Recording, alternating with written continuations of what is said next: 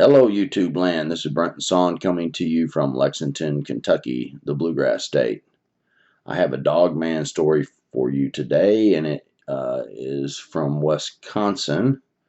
The guy's name, he's going by T. Understandably, I guess he does business in Wisconsin and the surrounding areas and what have you. But this story is a kind of a little bit of a scary story in a way.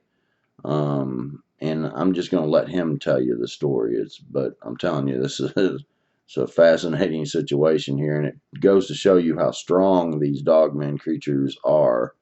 And he gives a pretty good description of one too. So anyway, I'll let him tell you the story. And if anyone out there wants to contribute through this low dip in the numbers, should be coming out of that this month, I'm assuming. You can go to a link in the description, PayPal me, and make a contribution. Those are very much appreciated, and it has helped me tremendously through this low summertime slump.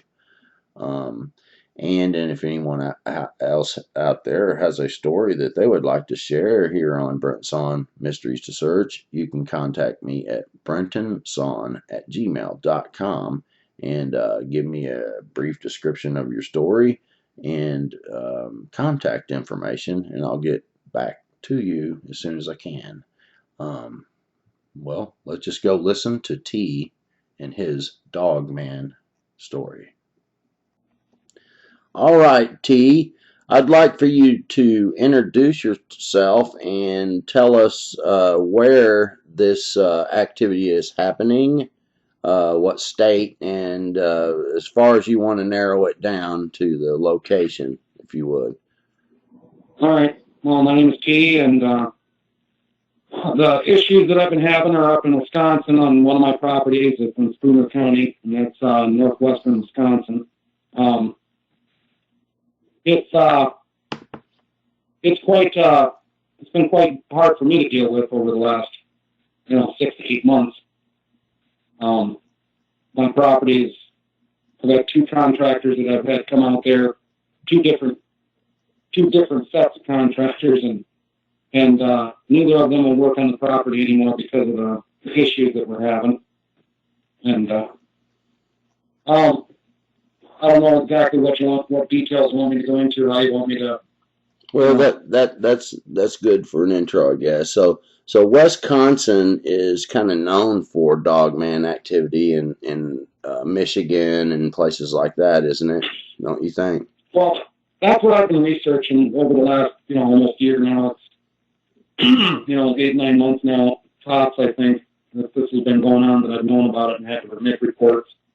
And I've had to make a couple of police reports, for the contractors on behalf of their insurance and getting their tools repaired or fixed or replaced. Right. So it's pretty, apparently from what I've read and what I've been researching, I guess it's all over northern Wisconsin. I mean, a lot of the Indian reservation areas, and I had talked with just recently here. I was on the phone yesterday afternoon. I was on the phone with one of the chieftains of the reservation that's behind my property, and he didn't want to talk too much about it. He would rather talk in person, so I'm going to have a meeting with him and find out, what he may know about the problem, because the previous owner, he told me nothing about it. I had to call him back up and get what in the world is going on. Yeah. And that was hard. That was hard enough to. It was hard enough to talk to the guy, Right. He didn't want to say too much, Yeah, I was telling you that would probably happen. He'll probably talk to you face to face. But they don't really like to talk about the dogman thing a whole lot for some reason, and so I don't know exactly why that is, but the dogman is kind of a taboo thing to even speak of, obviously. In some cases, I don't know about the reservation there, but I guess if you would kind of tell us what was happening there with the contractors. Well, the contractor, he wasn't. He had two other guys that worked with him. He was kind of a smaller private outfit and local, and he had we had conversations on the phone, and about Sasquatch and other things that he had said he'd gone squatching before and in on his property, but he had never really had too many found footprints and stuff, and he said he never really had too much contact or any kind of experience. And I thought, and I liked the guy, and he was a real nice guy, so I gave him a job, and those guys came out there and they worked for about 2 weeks, and they were leaving their tools locked up in large tool chests on the property, and usually it was about 15 foot away from the cabin, and then they parked their little Bobcat right next to it, and these guys, the first crew, he had called me about a week in, and he says, "You guys got bears out here?" And I said, "Not that I know. I haven't personally seen any." And he says, "All right, it's not a big deal. Just one of the tool chests was tipped over, and I was like, all right, well, you didn't break anything, did it?" And he's like, "No, it's okay." And so we, I hadn't had any other conversation with him. And then one day I get a phone call about around this time, around 7:30 and p.m. and on a Friday night, and he says, "I'm not working out there anymore." He says, "I called the police, and you need to call the police and make a report." And he says, "All my tools are damaged, my boxes are damaged." And he said the damn toolbox has been chucked, 45, 50 yards into the trees. And I said, "What are you talking about, a toolbox? The thing's got to weigh, anywhere between 500 and 700 pounds. Ain't no way someone could pick that up and chuck it, or drag it. There had been drag marks. There was no drag marks. It looked like it was picked up and walked to the edge of the tree line and chucked into the trees." I mean, that's one of the shelves from the tool drawer. The toolbox was like a two-piece. It was like you'd see in a garage, but it had big caster wheels on it, and the bottom it had big bars through the face of it to lock all the drawers. And he could roll that out of his trailer and put it right down in there, next to the stuff, next to the other stuff, and so he could work and grab his tools whenever they needed.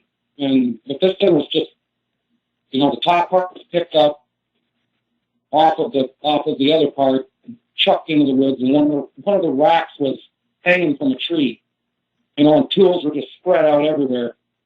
And he goes, "I must have walked almost 50 yards into that tree line picking up tools, and trying to find all my tools. All three of us were in there in that tree line trying to find tools and, recover what we could.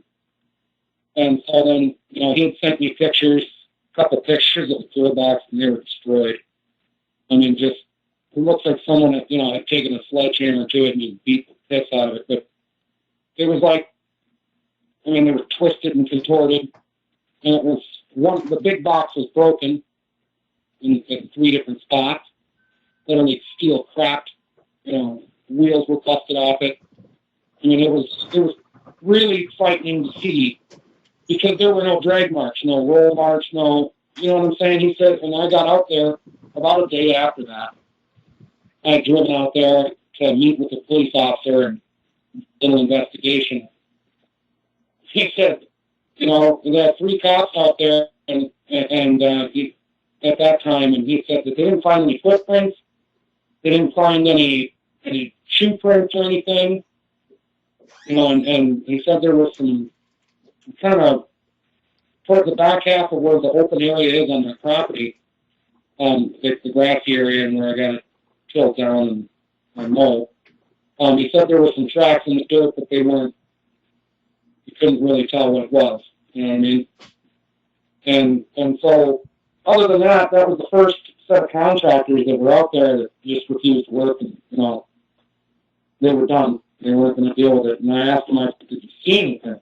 And he said, "No, but for several nights that we were out there, he said, we'd be out there picking things up and putting things away and locking stuff down. And he said, I just noticed that it was just dead quiet. I mean, you would hear frogs, and crickets, you hear all kinds of bugs chirping, but not a damn bug, not even a mosquito you could hear. He said it just got dead quiet.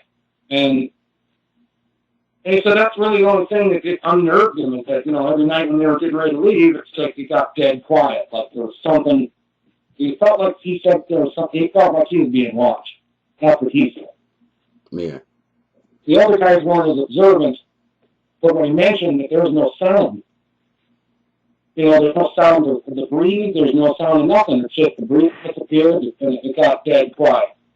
And of course I didn't know what to think of that. I'd never had an experience like that. So I told him, I said, well, I'll go out there and I'll check it out. So I spent, after that first time, I didn't really take the guy too seriously. I thought it might have been a bear. You know what I mean? That's the only thing I could think of at the time was the first incident. And so I went out, marching through the property, shotgun in tow, fully loaded, ready to go. And I didn't see nothing or find nothing. I found some muddy tracks, but they were filled in with water, so you couldn't really see them real well. And in the back half where I knew that there were a lot of deer that ran through there, so I knew there'd be tracks in the area. If anything came through, I'd be able to see what it was. But there was a lot of deer tracks and crane tracks and just a lot of other animals.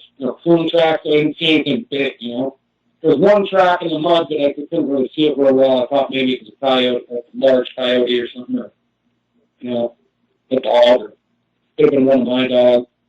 They run around back there all the time, run around through the whole property. And then the second, I didn't encounter anything, but the night that I was up there, I did notice that it did get dead quiet right before dark. Right before dark. Just right before the sun goes down, it starts getting it just got dead quiet. And the hair on the back of my neck was standing up. And it just felt uneasy. And several nights it was like that for me while I was at the cabin. Then I ended up hiring another crew. And this other crew, they were a bigger outfit. There was about 5, 6 guys. And it was about, I want to say, maybe 12 days in.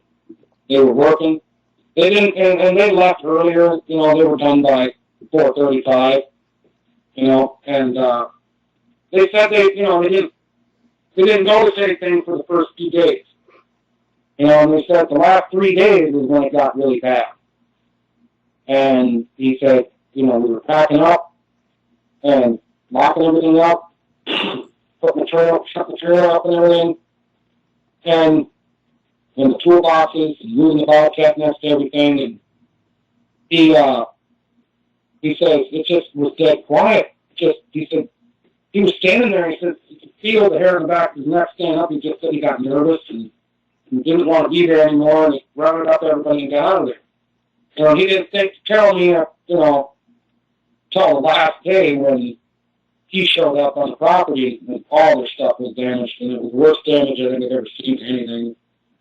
The bobcat had the tracks tore completely off it. One of the control arms was busted. The seat was tore out, and the bucket was dented up. And his toolbox, this baffled even the cops, dude, because the cops that came out to see the equipment were like, how the hell did you tear those tracks off of there? They were metal tracks, metal and rubber tracks. And, you'd have to, I don't know how you're going to break anything that can break a track on a bobcat, you know what I mean? Right. It's just, let alone tear a welded-in seat. Tear it clean out of the damn thing, bust the windows, and tore the little metal guards off the windows. It was demolished. It was pretty demolished. And the toolbox, I don't know when I saw the toolbox, I don't know what the hell to think. Because there were 2 spots on the toolbox. One of them was the lid, the shortest edge of the lid on the end.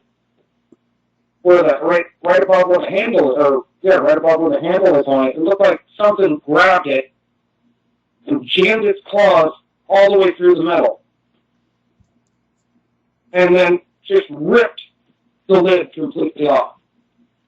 And I mean the seams in the back, you know, I mean it literally twisted and contorted the pin to where it just pulled out along with it, and the locks were sheared. And I mean it's hard to think of something.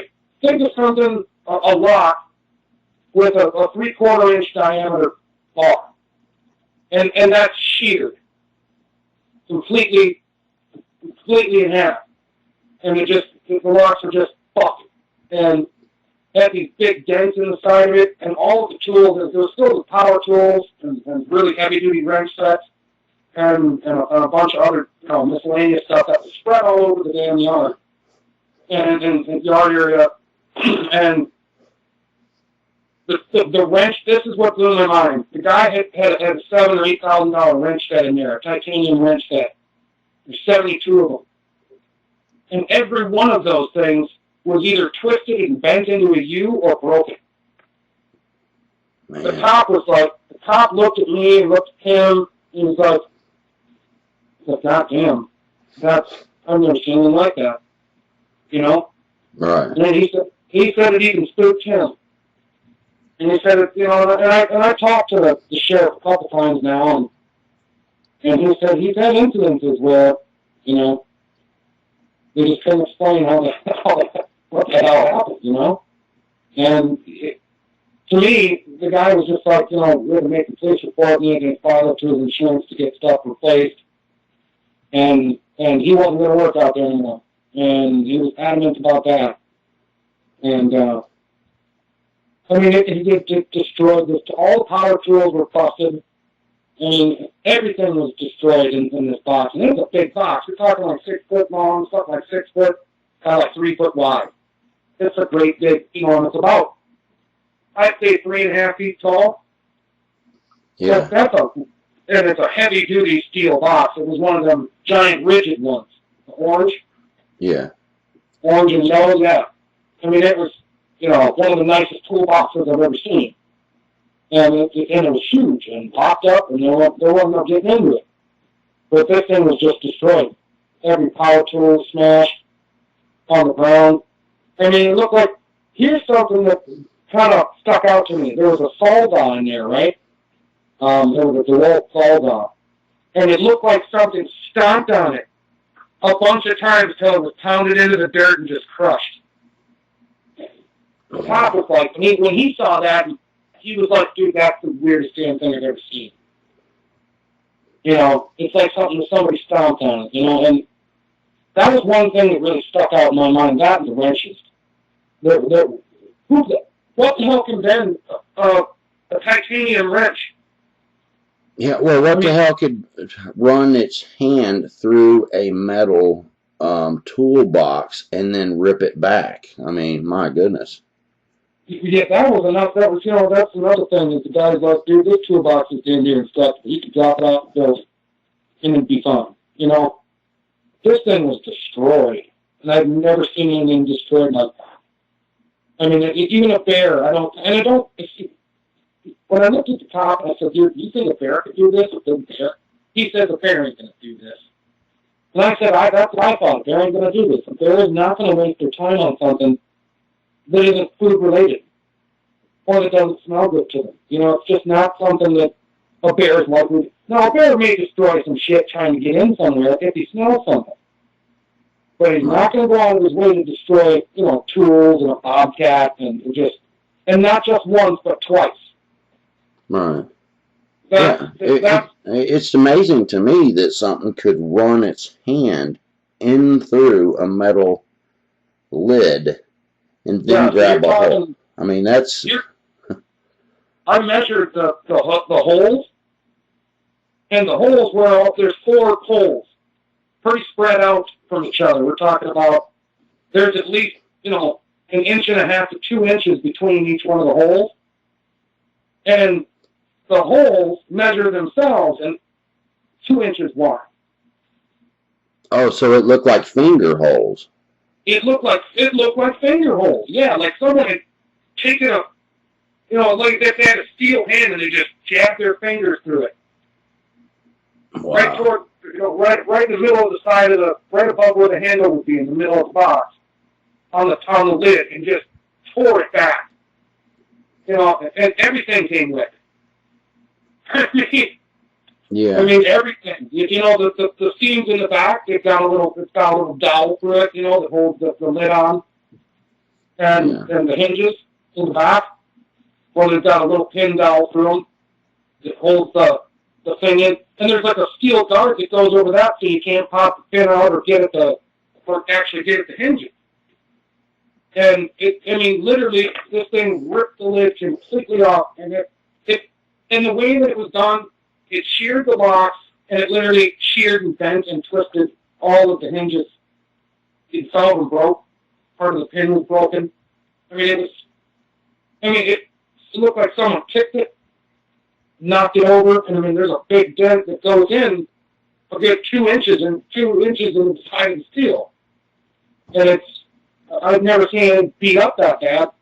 And when we find the tools laying everywhere, bent up, and or stomped on until they're just destroyed. Yeah. In your mind, you can't process it. You can't. It stops all of your thoughts. You're just like, what is going on? What is? How is this possible? Yeah. And at that point, that's when I decided, I'm going to go out doing some hunting, and I spent a few days out there with the bulletproof vest on and the scat vest, and I loaded up my 72-round shotgun and went out. And there was a couple of days there where I was at the cabin there, and every day I'd go out early in the morning, and I'd walk the whole property looking for tracks, looking for, if I would feel that presence, and it was, and it was funny, I left the woods in the dark. Before it got dark, I got out of the woods. And and like that was every night I was there, I'd sit on the front porch in my little lawn chair and wait for the sound to just go away. All of a sudden it would. Right before it get dark, and you'd hear no more crickets, no buzzing, no birds, the breeze would go away. It was creepy. The air got thick, and the hair in the back of your neck would stand up, And so about the third day I had my experience, and I'm out in the woods. It's earlier in the morning. It's around 9:40ish, and I'm walking through the brush, and I kept hearing like twigs snapping off in the distance, and I'm thinking, oh, maybe it's deer, But then, at that point, I hadn't. Oh, this is second thing. Sorry. At that point, I hadn't seen anything, but I'd heard that same thing happened out on that back half of the property where it's all muddy and swampy and it's a little bit open. There's trees kind of darting in and out of the. It's kind of like walking through a peat bog back there. And if you know what a peat bog is like, it's muddy and it's squishy and the ground's real squishy. And it leaves tracks, but they'll fill in with water. And so, I was back there early in the morning, all of a sudden the birds stopped chirping, everything just went dead quiet, and I could feel the hair in the back of my neck stand up. And I kept hearing this off in the distance, and it must have been quite a ways away, at least 100 yards or better, from the way that the sound traveled to me. You could only hear, it was faint because it was off in the distance. And so, I tried to follow it. And every time I would, follow the noise, get closer to it so I could hear it better, it would get farther away. And then eventually I wouldn't hear it. And so, I kind of tracked it, that noise, through the woods, back off to the east side, the west side of my property. And I never found anything. I did find some tracks, and they were kind of strange. They weren't They didn't look like dog tracks. They were like 3 toes. 3 toes and a dew toe. That's what it looked like. There was a dew toe that was way back, but it was 3-toed. And it was wide, real wide foot, you know. And there was only 2 of them in the dirt, right at the edge of the swampy area. It goes back up onto more of a harder ground, harder packed dirt, and there was a couple of prints there, and they looked 3-toed. And so I kind of decided I was going to give it up for the day. You know, I've been, tracking it for quite a few hours, and, past, noon at that point. And I went back to the cabin. And the next day, I decided I was going to go out, late in the afternoon, the last day, the third day. And I was out there probably around 2 o'clock, and it started getting dark, and I decided I'd stay out there. And sit out there and be real quiet. Wearing a ton of camo, blackface, and just be real quiet. And I was standing next to a tree, and there's a big cottonwood, and I heard this snapping. The place went quiet again. I heard this snapping, and then I saw this about maybe 30 yards away. I saw bushes start to rustle. And so I put the shotgun straight up to the shoulder, popped out 2 rounds into the bushes. And all of a sudden I see this thing dart out from the bushes into the open area, and I shot at it 2 more times, and I hit that damn thing in the ribs and in the hip, and all it did was grunt twice. It didn't even turn around to look at me. It just grunted twice at each time it got hit with one of them rifle shotgun rounds. And I knew I hit it because I heard it slap. And hydroshock rounds, they got a plastic deal on the back that slaps. It'll slap the target. And you'll hear it. You'll hear, if you hit something, you'll hear it. You know what I mean? Yeah. You'll really know. And I knew I hit it. And all it did was just grunt and kind of stumble and then just run it. Like it hardly phased them. And the thing was probably about 7 foot, maybe a little taller, and it's easy 350 pounds. Because I'm 6'1" and 260 pounds. I am not a little guy. I look big and I look mean. And this thing scared the piss out of me. I was for 5 days after that out on the property. I didn't leave the damn cabin. I stayed in that cabin wide awake for 5 days. And it was the most unnerving time of my entire life. And I didn't know what the hell to do, didn't know what the hell to think. In my head, I couldn't bring it to fruition that what I saw is what I saw. Right. Can you give a description of the creature, like head and legs and? Yeah, it had reticulated dog legs. It had the reticulated elbows and knees that the dog would have, and it was very muscular. And there was a real dark brown, almost black. It had an upper torso like a man with just huge, broad shoulders, long arms, big, monstrous freaking hands. As he was running, his hand would go out. If you see it, and I saw it. This thing was monstrous. It was just a hand. The head was like it looked like like the crop Doberman pinchers with the pointer ears. Yeah. But it had a real wide, shorter snout, more like I don't know. It was rounded and shorter. It was like a dog muzzle, but it was more rounded on the sides. It was more facial feature kind of muzzle. You know what I mean? Like the Planet of the Apes, how the monkeys, their muzzles looked? Yeah. The chimpanzee. It was a little bit longer than that, but that's what it looked like off the face. It just came off the face like that, real rounded and jagged teeth in it. I mean, you ain't missing them teeth. It was still bright enough daylight out to see what I was looking at. You know what I mean? And get a good look. And I was no more than 30 yards away. Wow. Hmm.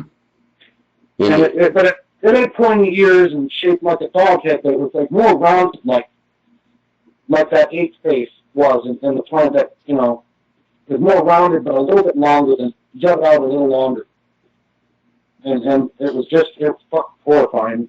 It stopped me right in my tracks. And I've seen a lot of shit. I mean, sorry for cussing, but I've seen some stuff in the jungle that would horrify any man and give him nightmares from some of the military work that I did. And this thing kept me up for 5 days. When I'm talking about taking cat naps, I mean up for 5 days. Couldn't put a cup of coffee down because I don't want to go to sleep. You know? Yeah. So you're saying that the facial features look kind of like a mix, but within the canine features, it had almost a humanoid face kind of blended into it. Yeah, it was like, it had the canine-shaped head, but it was real big. And it was wider than a canine head that's more narrow. But this is a lot wider based on these big creatures. So, I mean, but his nose wasn't exactly like a dog's nose. You know what I mean? Yeah. I mean, if people, like, I've seen pictures of people that draw the werewolves. Yeah. Its face didn't quite look like that. Right. It didn't have that traditional dog or wolf snout. You know what I mean? Right. It was more rounded, like it was part of a facial feature. You know what I mean? Yeah, that's interesting. Make sure you're talking into the speaker on your phone good, okay? Yeah. You've been doing good so far. Yeah, that is very interesting. I've heard that description a few times, and someone trying to explain it. So yeah, I think you did a good job on explaining what that looked like. I mean, 5 days after that, you know, I'd left the cabin. About a week after that or so, I was at my mother's house, and I had to explain to her, you know, that the dog was gone, and you know, I hadn't told her, and they had taken one of my dogs. I'm pretty sure it was whatever the heck it is. I'm sure it killed my dog, and my dog wasn't a little dog. I owned a Kangal. And if you know anything about a Kangal, they're absolutely freaking fearless, and they'll eat a lion. And he had, the first day after I'd gotten back from one of my trips out for business, went out to the property and with the dog, and we stayed out there for a couple of days, and he just disappeared. Put him out one night, and I'd gone into town, and I came back after dark, and he was gone. And that day earlier, the day before earlier, he had just started barking at the door, and I didn't know what in the heck he was barking at. You know, and I went out there and looked. There was nothing. You know, and it started getting dark, and he stopped barking, and he just got whiny. And came over and sat next to him, put his head on my arm, and just wouldn't move away from me. Just wouldn't. He just had to be right next to me, and be right up on me damn near. And you know, it's just like, come on, you know. I didn't know what to do. It's I thought, well, maybe something bothered him. Was this before you had shot at the thing and saw it, or after? You say it again? What, did the dog come up missing before or after you shot at this thing? That's after. After? Yeah. Wow. So after I decided I wouldn't spend a lot of time on the property without a big dog, and he was the biggest damn dog I've ever owned. It was a monster dog, man. Talking about a 200-pound dog. Yeah. Damn near as big as me. You know. He wasn't no little dog, and he didn't fear nothing. I mean, he'd run right up to a cop's car, get up on the window, dude, and just spit violently. He didn't like cops. He didn't like he's kind of racist. He was a mean dog, dude. And for him to get worried bothered me. Yeah. You know, and then the day after that, he's gone. You know? Yeah. I didn't know what. Was you kind of concerned of putting him out after you seen the Dogman thing, though? Yeah, I did. But my backyard behind my cabin was fenced in. And I thought, well, you know, I'm going to jump an 8-foot fence, you know? Yeah. Apparently, I didn't find any tracks. I searched the area, man. I went out that night with really, you know, 1,000-watt lumen flashlight and a headlight. And I armored up, went out again and searched everywhere for him, hollering and calling, and I couldn't find him. The next day I went out, I couldn't find nothing. And, you know, you lose a dog, it's like losing a family member. Yeah, yeah. And you said you had a couple cats come up missing too, right? Yep, there's 2 really nice cats that, you know, stuck around and kept the mice away, and they were real good cats. There was a little cat door where they could go out into the backyard. They didn't come in very often. They were kind of outside cats. You know, they were inside sometimes, you know, when the weather was bad, they'd come inside, and when it was cold, they'd stay inside. But, I mean, they'd go in and out of the back into the backyard where it's all fenced in and everything. Well, you know, one day I come home and they weren't in the house. Didn't notice them in the house, and I went out back and didn't see them out back. And so I decided, well, shit, they probably got out and jumped the fence like they normally did and went wandering around. And so I just started working, and, you know, I was chopping wood. And I come back, you know, around to get a drink of water, and coming up to the front door, and here's the 2 cats at the front door, their hair sticking up and hissing at me, and they just want to get inside, scratching at the door. So I open the door, and I let them in, and they just immediately run and hide underneath the recliner. They just underneath the recliner like that. And I'm like, well, what in the hell, kitties? So they didn't go outside for days. And once they knew the dog was gone, I think it not really bothered them. You know what I mean? Because they noticed that my dog was gone. I mean, my buddy Pat he's my best friend. You know? We went everywhere together and did everything together.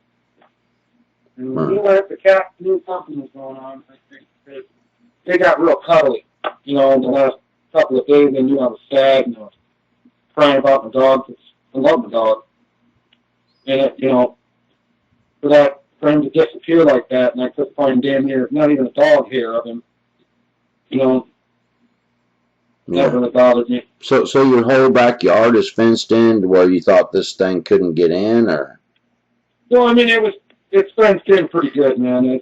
The backyard has got an 8-foot fence on it, and there's another, you know, 7 inches of barbed wire above it.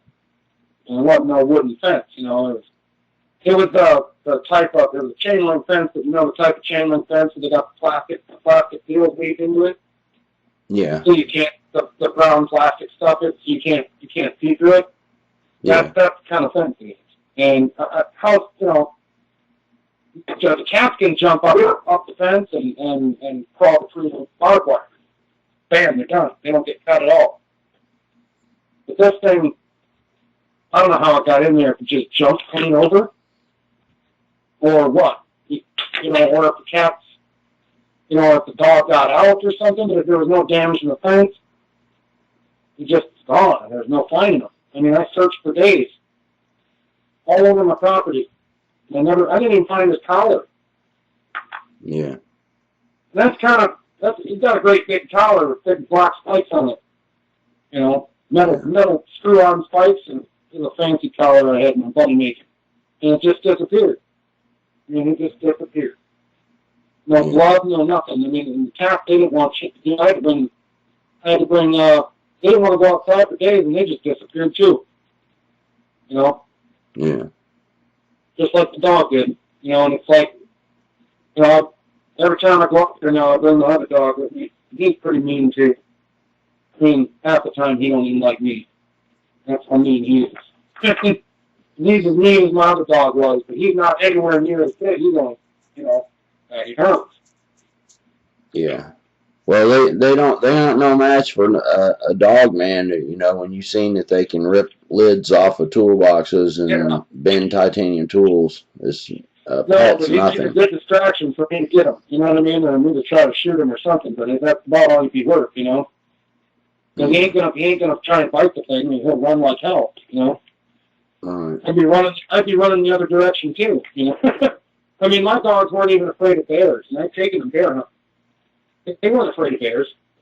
Right. They have no qualms about picking a fight with a bear. Either of my dogs. Right. They're not fearful dogs. They don't have that.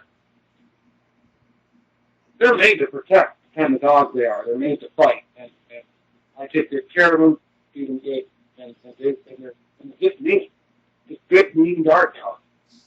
And for the way that the Kangol acted, that you know, that one night, dude, I was seriously like, serious dog? Why are you acting like this? What the hell's wrong with you? It was difficult to see him act like that because he never once, not since the day I got him, had he ever acted like that. Well, did you You think know? that dogman creature might have been up there snooping around? And Yeah, that's possible. He was right up near the cabin, must have been, yeah. because he didn't even want to go near the door. And at first he was right at the door parking. And then all of a sudden, whining, and running up to me and sitting down next to me. You know, putting his head on my arm, Yeah. drooling on me. And this is after you shot the creature. Yeah, that's after it took a couple rounds. Yeah, that's a few days after. So either this same one had come back and decided he was going to take your pets, or there's more than one. What do you think you think that there's more than one, or you think that same one's coming back? I don't think there's more than one. I never saw more than one. Never. I don't think there's more than one. I mean, where there's one, there's always more. But you know, I never saw more than one, and I never experienced more than one. Right. I think it did come back for revenge anyway. Yeah. Well, I think that they kind of I believe they run in packs, and just like dogs, and usually if they let you see it, there's other ones around, and it sometimes is like a diversion to make you look that direction, you know. Yeah. That's been some of the stories anyway seem to say, you know, indicate that. But then again, it might have came through there by itself. You know, who knows for sure. It is. It's one of the scariest things that's ever happened to me. And like I said, I've seen some horrific stuff in the jungle. And you know, for my military duty, I mean, I live with PTSD, but this thing, it got me even worked up to where I don't want to go out to the property very often, unless it's, you know, broad daylight and shining. You know what I mean? Yeah, because I know I have one story where a guy shot one and it came back and got the guy. Now this thing's come back and got your dog and it's gotten your cats. That's a process of elimination, you know, to get rid of the early warning signals there, and then Yep. but they found of this guy after the dogman came back after he had shot at it with a shotgun. I don't know if he hit it or not, but when it came back, all they found of this guy was his foot. There was one foot left, and that was it. Well, if I got to go back out there with a hunting party, you know, that is the plan eventually here. Yeah, I You know, don't think I would go alone, man, for real. I'm getting at least half dozen or more guys out there, and all of us are military. You know, my problem is you know, finding this thing. You know, it could take days to find it. You know, unless it's going to be, you know, and it can see us before we see it most of the time. You know what I mean? That's the only problem, only concern I have is that it sees us and knows where we are before we know where it is. You know? Right. Yeah. And Because it's sneaky as hell. It'll stay far enough away. Because that day I was tracking it, man, it stayed a good 100 yards or better away. and it wouldn't let me get a sight of it. You know what I mean? Right. But I knew it was out there walking because I could hear it. I mean, it wasn't getting around the fact that it had to step on lots of little branches and leaves and shit to make noise. You know, it really didn't. I think it did it purposely so that it knew I was there, or so that I knew that it was there. And I mean, that just rubs me the wrong way. It kind of freaks me out, you know. And I'm hard to freak out because I'm not a little guy and I don't care much. Yeah, I mean, if you was to go out there and try to hunt it, I'm telling you, man, you don't go in the woods hunting it because they know the woods better than anyone, any person, and they're too stealthy. They can come up close and sniff you, you know, and you not even know it. They can be extremely quiet. That day I shot it, the next day I was out in the woods and trying to figure out. I was walking the path that I was on. So I followed the same path it followed, and you know, like I said, you know, 2 days before when we talked, it had pushed 4-inch maples over, you know, just 4-inch diameter maples. It was just pushing them over out of the way on the other side of that clearing. As it got into the woods, after I shot it, I found a few blood splatters on the bushes, but that was about it. You know, I didn't find much. You know. I wasn't about to stick around too long. I wanted to get out there and try and see if there was tracks or a path, you know, I could track it back to where it's going. You know, and at least find out something more about it and how it works and how it operated, because it pushed whole trees over. Where the roots were kind of popping up out of the dirt, just like it walked up and just took the tree and pushed it over. It was. And a 4-inch diameter maple is not a small little tree, you know what I mean? It's a little tree, but it's not a big one. But it takes a lot of strength to snap trees off that are, 2 and 3 diameters, inches in diameter. That's like a limb. You ain't gonna break that, and this thing was either breaking stuff or pushing it over. There's probably about a dozen of those trees like that. Because they were real packed together, real close. Yeah. So it looked like it tried to get in between them, but when it couldn't, it just started pushing them out of the way and pushing them over. Yeah. I found some scratch marks on some trees up really high, which I was walking and I was looking in the trees. And I looked up at this, I don't know if it was a cottonwood or if it was what the hell is that? Basswood, that's what it was. It was a basswood tree. And, quiet. Hold on, I got the dog barking.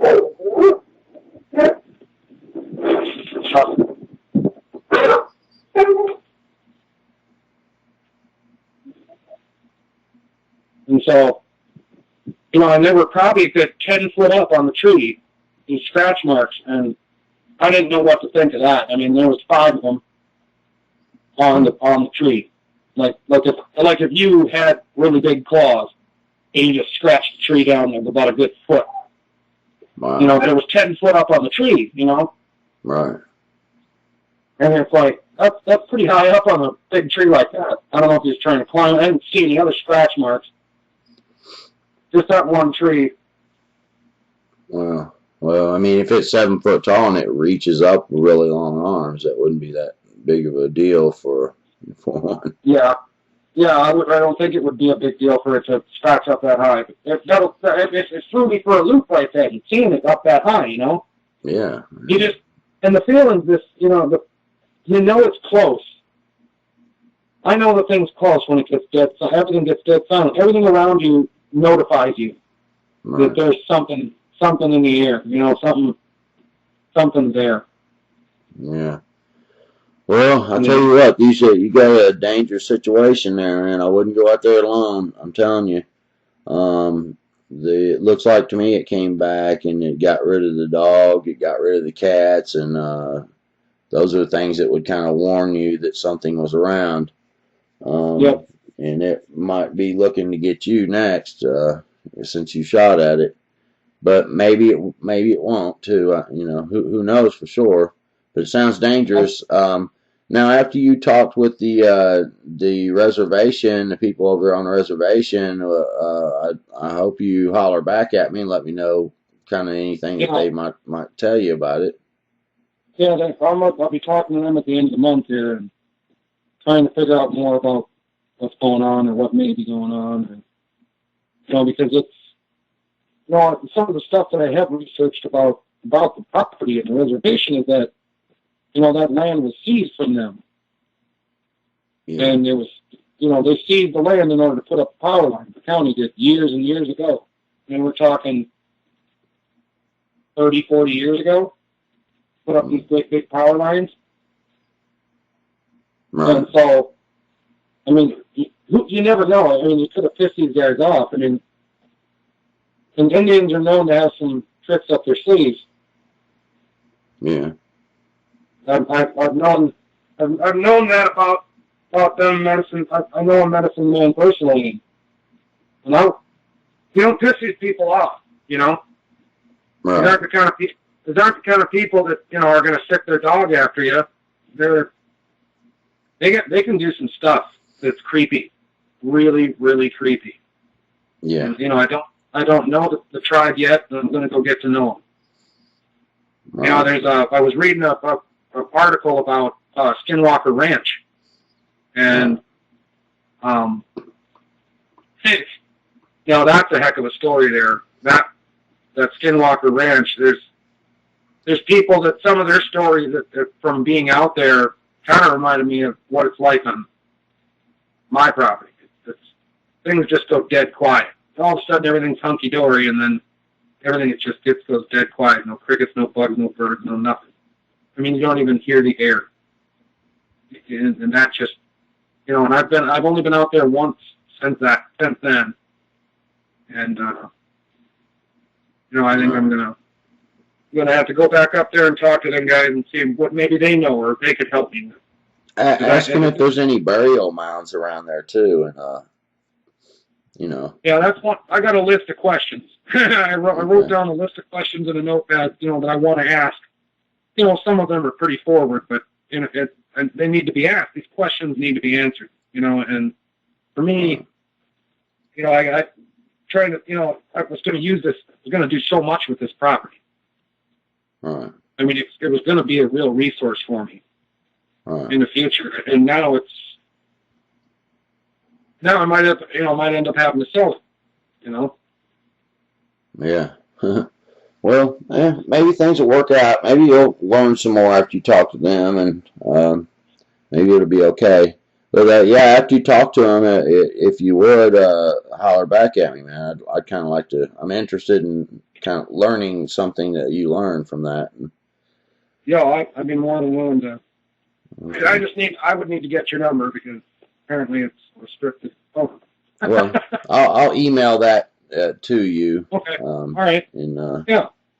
All right. Well, T, I appreciate you coming and sharing this story. It sure is a fascinating thing, and I encourage you not to go out there alone for now. And all I have to say is thank you for taking the time to hear me out because it's not something I really care much talking about, but someone's got to know that these things are out there, and you got that so people are safe. Right. Yeah. Yeah, it can be extremely dangerous. It sounds like to me. Something as strong as that, man, it can do those kind of things. That's incredible. Well, thank you very much, and everyone out there in YouTube land, thank you for listening. If anyone out there has a story you'd like to share, you can contact me at brentonsawin@gmail.com and give me contact information and a brief description of your story. If anyone wants to contribute to help me with this channel through this low time through the summer here, we should be coming out of this dip in the numbers. I have a PayPal me link in the description. You can go there and contribute, and I appreciate every one of those contributions that I get. And until next time, God bless, and we'll see you on the next video. Bye-bye.